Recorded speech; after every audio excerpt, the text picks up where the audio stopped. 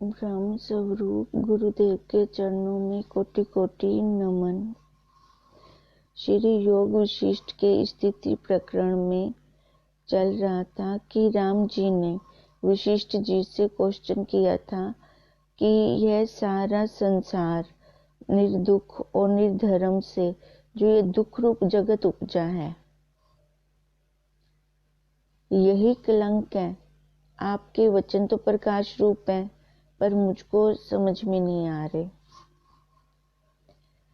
वशिष्ठ जी जो अलग अलग युक्तियों से राम जी को समझा रहे थे, तो उन्होंने अब जाना कि अगर मैं पहले ही इसको प्रक्रिया में से नहीं निकालता और सर्व ब्रह्म के वचन में कहता हूँ, तो ये ठीक नहीं है। अभी तक राम जी की बुद्धि पूरी खुली नहीं है, तो इसलिए इनको पहले प्रक्रिया में से निकालना होगा। सबसे पहले शम दम आदि गुणों से शिष्य को पहले शुद्ध करना है, फिर उसके बाद जाकर सर्वत्र ब्रह्म तू है ऐसा कहेंगे तो वो शिष्य बहुत जल्दी समझ जाता है। इसलिए वशिष्ठ जी ने राम जी को कहा था कि ये सिद्धांत काल में आप खुद इसको समझ जाओगे।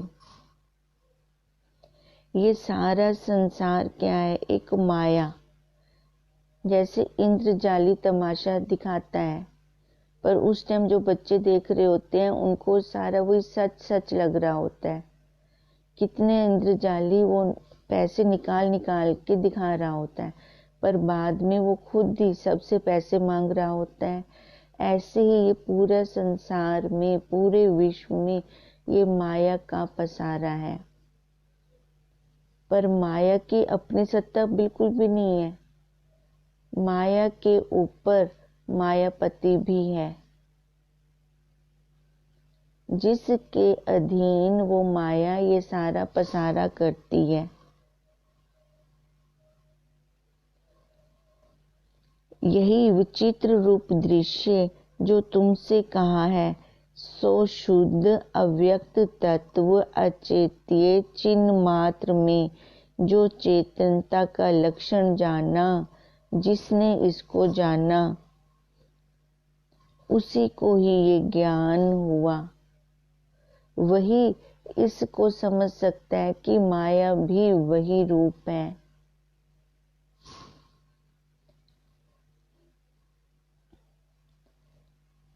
वही चित्त संवेदन फूलने से जगत रूप होकर भास रहा है। उसमें सब प्रकार और सर्व रूप वही एक ही है। अधिष्ठान है, रस्सी है, तभी तो उसमें में सांप की भ्रांति हुई। अगर रस्सी ही ना हो, वो आधार ही ना हो, तो सांप की भ्रांति भी कैसे हो? जो एक रूप अविद्यमान है, तो हर्ष, शोक और आश्चर्य किसका मानिए?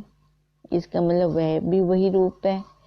यह अन्यथा कोई नहीं, एक रूप है। इसी कारण हमको समता भाव रहता है। अब समता भाव किसको रहेगा? जिसने अपने आप को जान लिया। एक मटका जान लो तो सारे मटके जाने जनाए हैं। और हर्ष, शोक, आश्चर्य और मोह नहीं प्राप्त होता। ममता और चपलता आदि विकार हमको कोई नहीं होता। अब ये कौन कह रही है? वशिष्ठ जी। अब वशिष्ठ जी क्या कह रही हैं? जो समता में आ गया उसके लिए ये 6 विकार तो है ही नहीं। देश, काल, वस्तु, जगत अवसान को प्राप्त हो भासते हैं, मतलब उनके लिए सारा कुछ विराम है ये। और उनका विपर्यय होना भी भासता है। प्रतिकूलता भी दिख रही है और अनुकूलता भी दिख रही है, पर ज्ञानी उन दोनों में कोई हस्तक्षेप नहीं करता, पर वह अपने ही स्वभाव में स्थित है। ज्ञानी को सब क्या लग रहा होता है? सर्व ब्रह्म। जिधर भी वो देखते हैं ब्रह्म ही ब्रह्म है, ब्रह्म ही ब्रह्म है। परमात्मा मीठा है गुड़ समान, अंदर बाहर एक समान। ज्ञानी की स्थिति ऐसी होती है क्योंकि यह दृश्य उनको अपने स्वरूप का आभास फुरता भासता है नहीं, दृश्य है नहीं, आभास रूप है। अब ज्ञानी को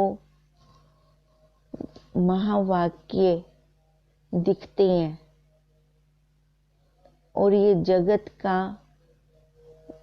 आभास होता है, और अज्ञानी को जगत दिखता है और महावाक्यों का आभास होता है। यही दोनों में अंतर है। ज्ञानी और अज्ञानी को हम पहचान नहीं सकते, पर दोनों के भावों में बहुत अंतर होता है। जो कुछ दृश्य प्रपंच है वह सत्य चित्त संवित की स्पंदन कला से ही फूटता है।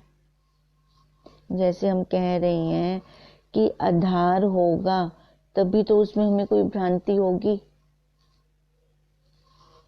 अगर आधार ही नहीं पड़ा तो हमें भ्रांति भी कैसे होगी। अब इसलिए जितना कुछ भी भास रहा है उसका आधार कौन है? वो सत्ता। उस सत्ता से ही ये जगत सारा निकला है और नाना प्रकार देश काल क्रिया और द्रव्य होकर ये सारा भास रहा है। उसको आत्म सत्ता किसी यत्न से नहीं रचती, बल्कि स्वाभाविक ही फुरने से फुरते हैं। स्वतः हो रहा है, उसके अंदर कोई फुरना नहीं है। देखो हम भी पूर्ण ब्रह्म थे, पर हम जीव कोटि में कैसे आ गए? क्योंकि जितने भी फुरने निकल रही हैं वो हमारे अंदर से निकल रही हैं। हम रच रहे हैं, हम संकल्प छोड़ रहे हैं, चाहे वो अच्छा वाला संकल्प है चाहे वो बुरा वाला संकल्प है। अब उस ब्रह्म में, उस सत्ता में कोई भी फुरना नहीं है। कोई यत्न नहीं कर रही वो किसी फुरने को छोड़ने का, स्वतः। अब जैसे श्वास आ रहे हैं जा रहे हैं, हम इसमें कोई यत्न नहीं कर रहे, हमारा कोई पुरुषार्थ नहीं है। आंखें झपकते हैं, इसमें भी हमारा कोई पुरुषार्थ नहीं है। जहाँ पर वहाँ कर्तापन आ जाता है हमारा, वहाँ पे ही हमारा कर्म बन जाता है। और कर्मों का भुगतान करने के लिए फिर ये जीव नए नए आकार लेकर आता है। 4 खानियों में से फिर किसी न किसी एक सांचे में आएगा। अब यही बात विशिष्ट जी कह रही हैं कि जो भी ये सत्ता है वह किसी यत्न से कुछ नहीं रचती, बल्कि स्वाभाविक हो रहा है। जो स्वाभाविक होता है उसमें कर्तापन नहीं होता, और जहाँ कर्तापन नहीं है वहाँ पर भोक्तापन भी नहीं है, और जहाँ भोक्तापन नहीं है वहाँ कर्म नहीं है। जहाँ कर्म नहीं है वहाँ पे आगे जन्म भी नहीं है। जैसे समुद्र तरंगों को किसी यत्न से नहीं उपजाता और लीन करता, स्वाभाविक ही चमत्कार फुरता और लीन होता है। समुद्र में लहरें बुदबुदे फेन जितने भी उत्पन्न हो रही हैं वो समुद्र उनको नहीं पैदा कर रहा, स्वतः हो रही हैं।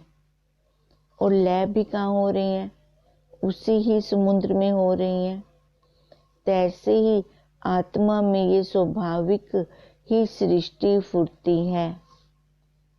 ये सृष्टि क्या है? लहरें हैं, जिसको उस सत्ता ने नहीं रचा। और लय भी स्वाभाविक हो रही हैं। जैसे समुद्र और तरंग में कुछ भेद नहीं, तैसे ही आत्मा और जगत में भी कुछ भेद नहीं है, वही रूप है। विधि पक्ष से देखते हैं तो वही एक ही रूप है, बाहर भी वही है, अंदर भी वही है, उसके अलावा कुछ दूसरा है ही नहीं। कण कण में वो व्यापक है। जैसे समुद्र और तरंग में कुछ भेद नहीं, तैसे ही आत्मा और जगत में भी कुछ भेद नहीं है, वही रूप है। जैसे दूध घृत रूप है, घट पृथ्वी रूप है और रेशम तंतु रूप है, तैसे ही जगत आत्मा रूप है। जैसे वट धान्य वृक्ष रूप हो भासता है और समुद्र तरंग रूप हो भासता है, तैसे ही आत्मा जगत रूप हो भासता है। अब उस सत्ता के, उस आत्मा के अगर हमने दर्शन करने हैं तो हम कहाँ करेंगे? इस विश्व में, विराट रूप विश्व में। हे राम जी, इन दृष्टांतों का एक अंग लेना, क्योंकि जितने भी दृष्टांत होते हैं उस सत्ता के इर्द गिर्द घूम रहे होते हैं। उसका कोई रंग रूप आकार तो है नहीं कि एकदम हम उसका प्योर उसका बता दें।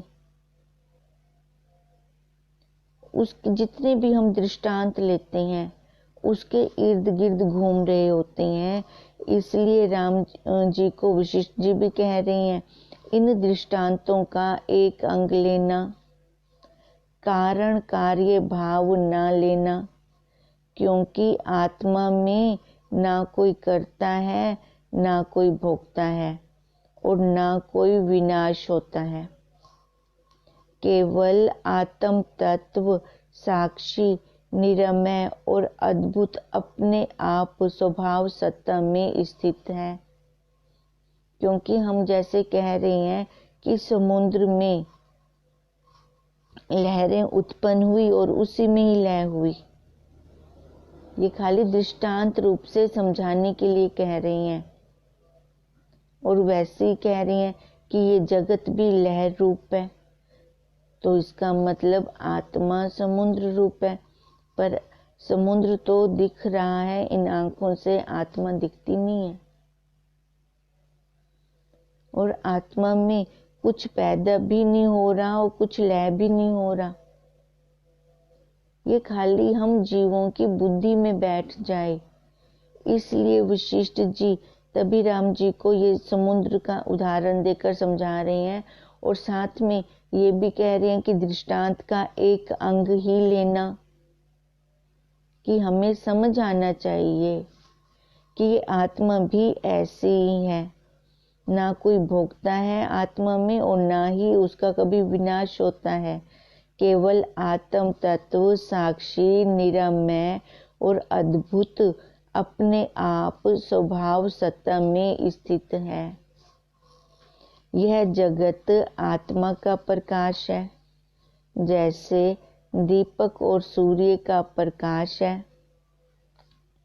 जैसे दीपक और सूर्य का प्रकाश है, जैसे पुष्प का स्वभाव सुगंध है, तैसे आत्मा का स्वभाव जगत है।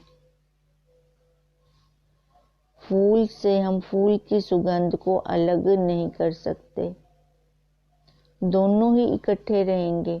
दूध से दूध की सफेदी को हम अलग नहीं कर सकते, ये दोनों ही इकट्ठे रहेंगे। तैसे आत्मा से जगत को हम अलग नहीं कर सकते। जगत मतलब माया। हम आत्मा से, उस सत्ता से माया को अलग नहीं कर सकते, ये दोनों इकट्ठे ही रहेंगे। तभी हम कहते हैं ब्रह्म, माया और ये जीव तीनों इकट्ठे ही चलते हैं। तैसे ही आत्मा का स्वभाव जगत है, किसी कारण कार्य से नहीं हुआ।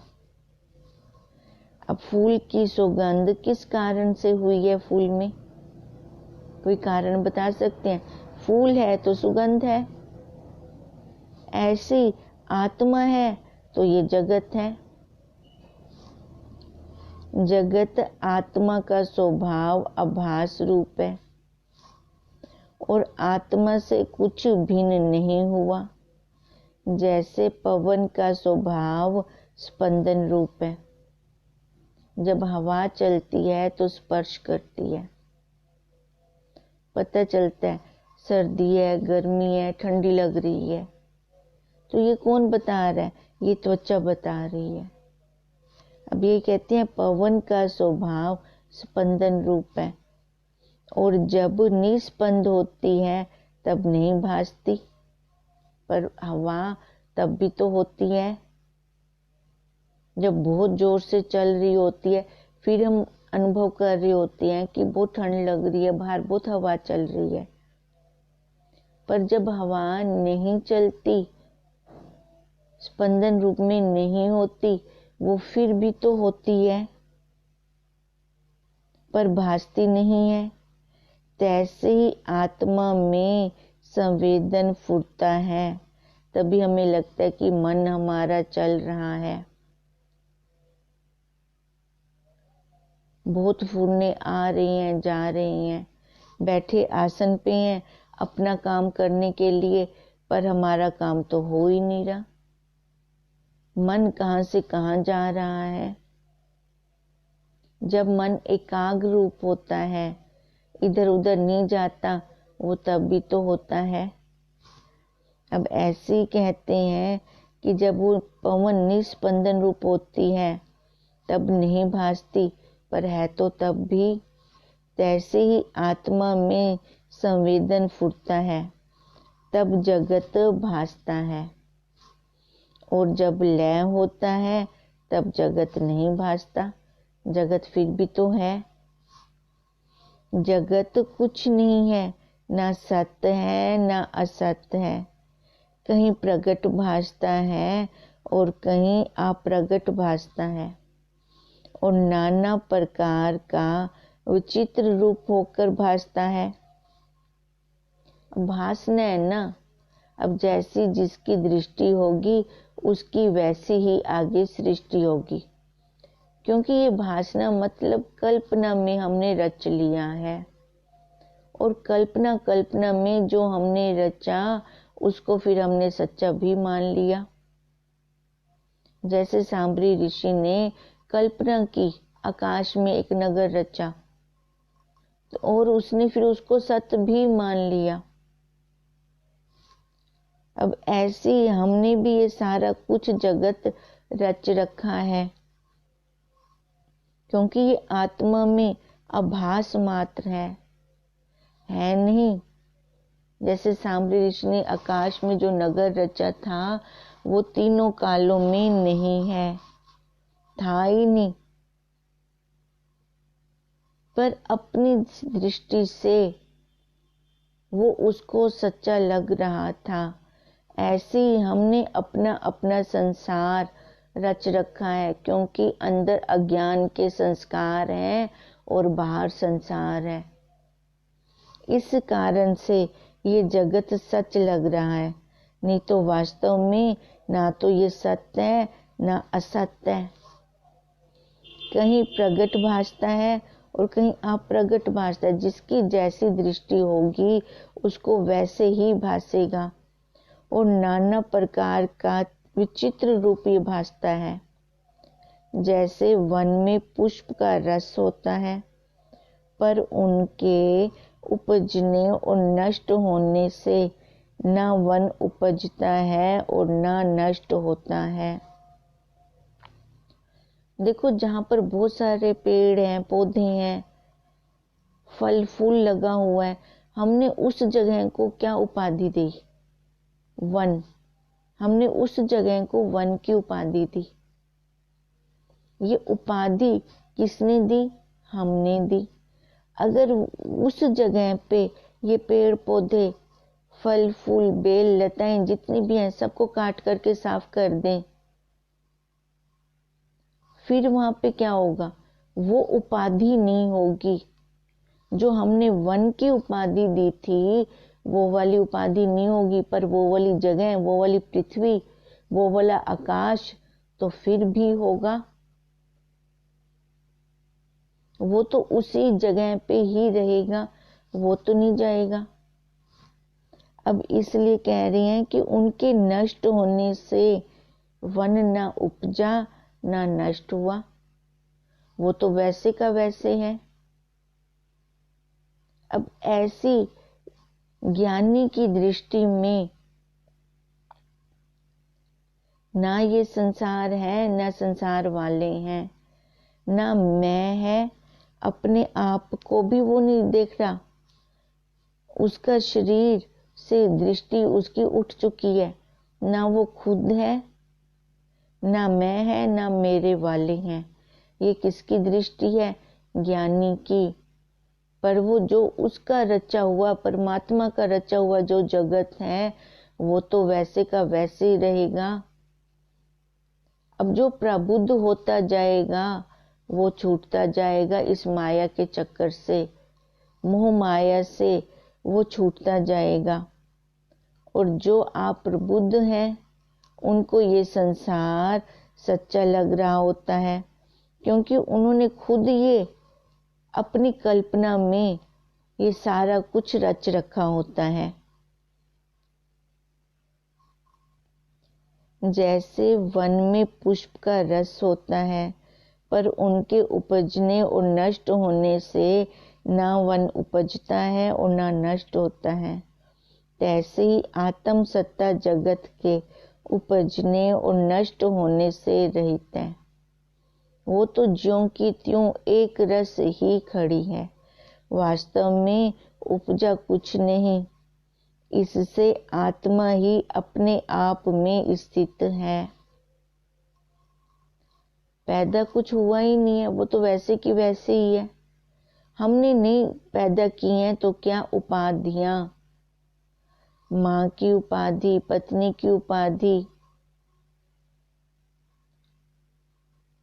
इस आकार की उपाधि, देवता की उपाधि, ईश्वर की उपाधि, ये सब इस जीव की मनोत है। ये सारा यही पैदा कर रहा है। क्यों कर रहा है?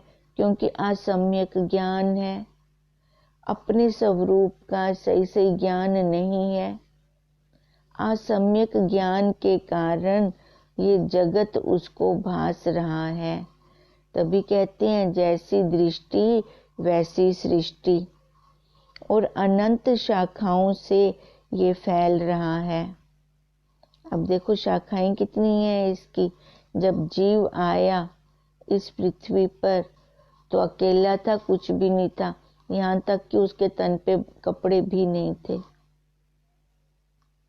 और बीच की अवस्था में उसने कितना उसने पसारा किया, कितनी अपनी अनंत शाखाएं बना ली। कुछ शाखाएं तो शुरू में इस संसार वालों ने बनवाई, ये तेरी माँ है, ये तेरा बाप है, ये तेरी बहन है, ये तेरा भाई है।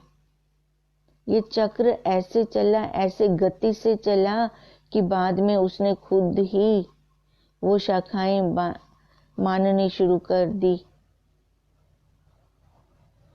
पत्नी बन गई, पति आ गया, माँ बन गई, बच्चे आ गए, नूह बनी तो सास सामने है। देखो ये शाखाएं हैं, इन शाखाओं के आगे फिर कितना कितना विस्तार है, उनके कितने कितने संस्कार हैं, फिर ये विस्तार है। अब ऐसे विस्तार करते करते देखो फिर दादी के, क्योंकि आगे खड़े हैं ना, नाती पोते खड़े हैं, नानी के संस्कार, दादी के संस्कार, सास वाले संस्कार, ये शाखाएं निकलती गई आगे। कितना फैल गया, तभी तो इसको अश्वत्थ वृक्ष कहा गया। फिर जितनी शाखाएं फैली उतने संस्कार, अनगिनत संस्कार इसके अंदर गए। दादी बनते ही अब देखो कितने संस्कार जुड़ गए साथ में, और दादी जिस माध्यम से बने उनके संस्कार भी साथ में जुड़ते गए। ये अनंत शाखाएं फैल गई संस्कारों की। अब इनको निकालें कैसे? अपने पास समर्थता तो है नहीं, फिर तत्वनिष्ठ गुरुदेव चाहिए। अगर ये जीव छटपटा रहा है, उसको अब लग रहा है कि इस संसार में कोई सार नहीं है, तो वो खोज में लगेगा। किसकी खोज करेगा? तत्वनिष्ठ गुरुदेव की खोज में वो लगेगा। फिर उस खोज में लगकर फिर ये अपना काम बना सकता है। अगर हाथ पे हाथ रख के बैठा रहेगा तो ये अपना काम भी नहीं बना पाएगा। जब अपना काम नहीं बनता तब असम्यक ज्ञान से ये जगत भासता है और अनंत शाखाओं से फैल रहा है। इसलिए इसको ज्ञान रूपी कुठार से काटो, तब सुखी होंगे। जो ये शाखाएं अपने आप बढ़ रही हैं संस्कारों से, तभी तो पराशर ऋषि जी कह रही हैं कि रेत के बालू के कण गिनना आसान है। इस जीव के अंदर एक दिन में कितनी सृष्टियां आती हैं, कितनी जाती हैं, उनको गिनना आसान नहीं है, क्योंकि असम्यक ज्ञान है जीव के अंदर। जब उसको अपना ज्ञान होगा तब जाकर उसके ये फुरने रुकने बंद होंगे। तब ये फुरने कैसे रुकने बंद होंगे? ज्ञान से। और ज्ञान कहाँ मिलता है? सत्संग में। और सत्संग में हमें क्या मिलता है? तत्वनिष्ठ गुरुदेव। उनके सानिध्य में बैठकर हम अपनी अज्ञानता को जला सकते हैं। तभी तो कृष्ण जी ने बोला कि अज्ञानी से अज्ञानी भी मेरे को अगर जान लेता है, तत्व रूप से जान लेता है, तो उसके सारे संचित कर्म मैं जला देता हूँ। उसका यही लास्ट जन्म हो जाता है, वो फिर मेरे में मिल जाता है। नहीं तो संचित कर्म एक जन्म में खत्म नहीं हो सकते।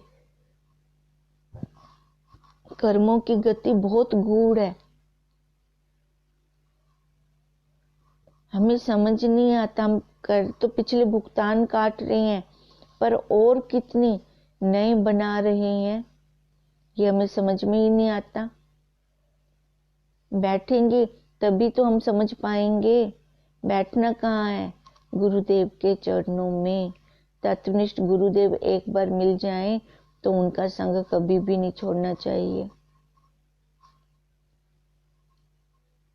अगर अपने में इतनी समर्थता नहीं है, क्योंकि इस बुद्धि का, मन का कोई भरोसा नहीं है कब पलटा मार जाए, तो बार बार उनको प्रार्थना करनी चाहिए, गुरुदेव मेरे में समर्थता नहीं है, आप ही मेरा हाथ पकड़े रहना। मैं तो मूर्ख हूँ, नादान हूँ, कभी मन के लेखे लगकर आपका हाथ भी छोड़ सकता हूँ, पर आप तो जानकार हैं ना, आप तो सब जानती हैं ना, आप मेरा हाथ कभी मत छोड़ना।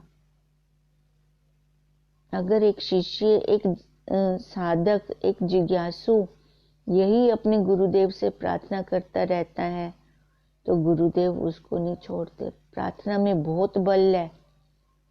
सच्चे मन से की हुई प्रार्थना सफल होती है। तभी ये हमारा अज्ञान कट सकता है, और कोई दूसरा उपाय है नहीं। जगत रूपी वृक्ष का असम्यक ज्ञान बीज है। ये अज्ञान ही तो बीज है। तभी तो कहते हैं ना, मोह की नसें इतनी सूक्ष्म है, ऊपर से तो हमें लगता है भी नहीं है, पर जब परिस्थिति आती है उस टाइम हमें लगता है कि हम कौन सी स्थिति में खड़े हैं, हमारे अंदर क्या चल रहा है, समता वाला भाव है कि नहीं है, जो साधक है, जिज्ञासु है, वो अपना निरीक्षण हर पल करता रहता है और अपने नंबर भी वो लगाता रहता है।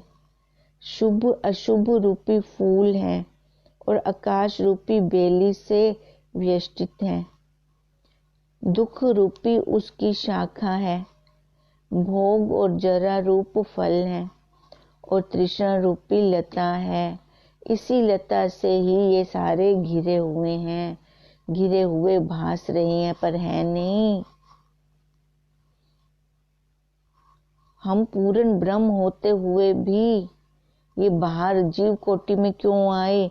अपनी इच्छाओं के कारण, वासनाओं के कारण।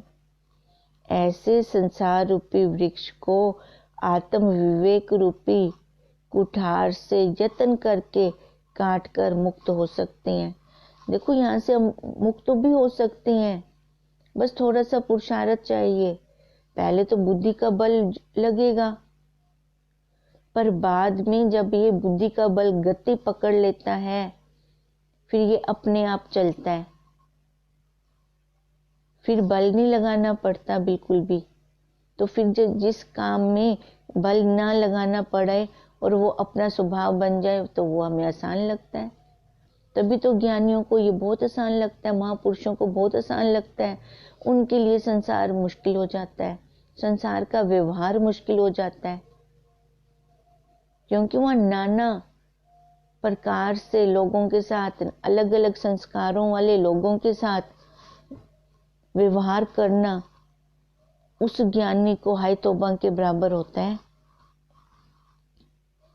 एक के साथ व्यवहार करना आसान लगता है, फिर उस एक साक्षी, वो जो हमारा अपना आपा है, कहीं बाहर भी नहीं जाना, अपने आप में ही रहना, वही आसान लगता है। बाहर जगत में जाओ तो मुश्किल लगता है। फिर अलग अलग संस्कारों के जीवों से उनके साथ वैसा ही व्यवहार करना पड़ता है। फिर अब इसलिए कहते हैं कि इस संसार रूपी वृक्ष को कैसे काटें? आत्म विवेक रूपी कुठार से पहले यत्न करना पड़ेगा, फिर मुक्त है। जैसे गजपति अपने बल से बंधन तोड़ के सुखचित विचरता है, तैसे ही तुम भी निर्बंध होकर विचरो।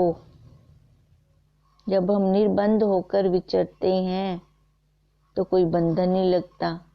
ज्ञानी को कोई बंधन है ही नहीं, वो अपनी मस्ती में मत वाले हाथी की तरह रहता है। यही ज्ञानवानों का, महापुरुषों का संग से हम जैसे जीवों को फल मिलता है। हमें भी, क्योंकि हम सारे चाहते क्या है? शांति तो चाह रहे हैं, सुख ही तो चाह रहे हैं, पर हमें पता नहीं ना कि वो कहाँ मिलेगा। अगर एक बार पता लग जाता है तो फिर छोड़ना नहीं।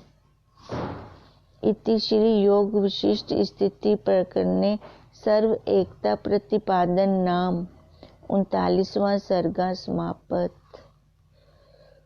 ओम ओम। हमारा आज से होमवर्क शुरू हो रहा है। अब पीछे वाला हम कर रहे थे गंध है, गंध है, गंध है। हमारा एक विषय रह गया है स्पर्श। अब जितना भी हमें स्पर्श होता है, किसके द्वारा होता है? वायु के द्वारा। और इंद्रिय कौन सी है? इसकी त्वचा। अब इस त्वचा इंद्रिय से हम स्पर्श करके देखते हैं, ये नरम है, ये कठोर है, ये कैसे तरल वाला है, या वो जो घी की चिकनाई है, वो भी तो हमें स्पर्श होके पता चलते है ना कि चिकनाई जैसी है। तो ये हमें पता कैसे चला? स्पर्श करके। इंद्रिय क्या है? इसकी त्वचा। और इसका देवता कौन है? वायु। अब इनकी ये त्रिपुटी चलती है। त्वचा, वायु, स्पर्श। अब इस त्रिपुटी को हमने देखना है। कोई भी बुक उठाएं, स्पर्श है, स्पर्श है। रुमाल उठाएं, स्पर्श है, स्पर्श है। इसमें मैं मेरा भाव नहीं आएगा।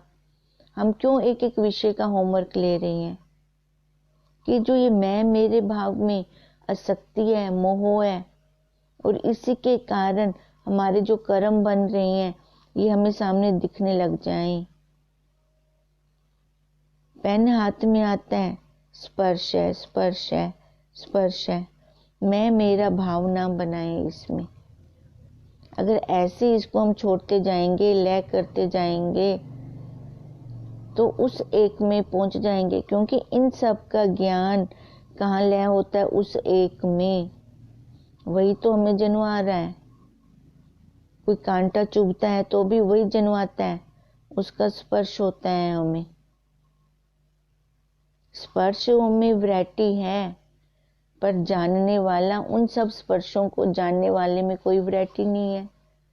वो एक का एक है और वही मैं हूँ। ऐसे पीछे लौटते जाना है। आज से हमारा ये होमवर्क चलेगा। ये स्पर्श है, स्पर्श है, स्पर्श है, देखते रहेंगे। रोटी पेड़ा हाथ में लें, स्पर्श है। अब देखो उसका रूप बदला, बेला तो उसका रूप बदल गया, स्पर्श है। तवे पे डाला तो स्पर्श है। पता चल रहा है ना हमें कैसे उसका रूप बदल रहा है, बदल रहा है। फिर उसको प्रक्रिया में से निकलते निकलते फ्लैश में जाकर देखो उसका रूप बदल गया जाता है। फिर ये प्रक्रिया है, प्रक्रिया ग्रंथ है। अगर ये जीव प्रक्रिया में से नहीं निकलेगा तो प्योरीफाई नहीं होगा। जैसे फिल्टर लगाते हैं पानी पीने के लिए, शुद्ध पानी मिले, ऐसे ये शुद्ध हो तो ये पहले प्रक्रिया में से निकलना पड़ेगा, पद्धतियों में से निकलना पड़ेगा।